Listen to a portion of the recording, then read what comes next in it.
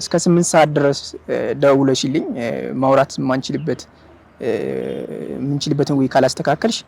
የምር ያልኩሽን አደርገዋለሁ እኔ ላንቺ መሞት እንደምችል አሳይሻለሁ ብያት ነበረ 12 ሰዓት ምናምን ማለት ነው ቀን እና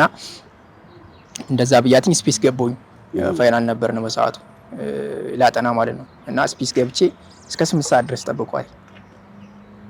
እና 8 ሰዓት ደረሰ 8 ሰዓት ሆነ ለሊት 8 ሰዓት ማለት ነው እሺ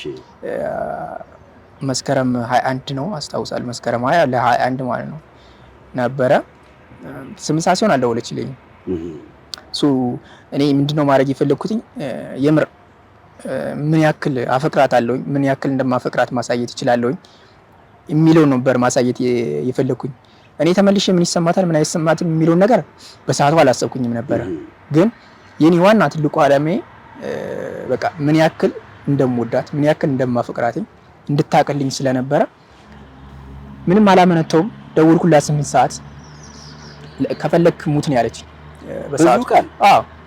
ከፈለክ ድብን ማለት ትችላለህ ማንም ለማንም አይሞትም ነው ያለች እሺ ምናምን አልኩኝ ምንም አላልኩኝ ይኸው ኃጢያት ነው ኃጢያቴን ይቅር በለኝ ብዬ ነው በቃ ራሴን ከሶስተኛ አንጻር ጣልኩትኝ ወረወርኩትኝ ላይክ ከላይ ወርጄ መሬት ስደርስ አስታውሳለሁ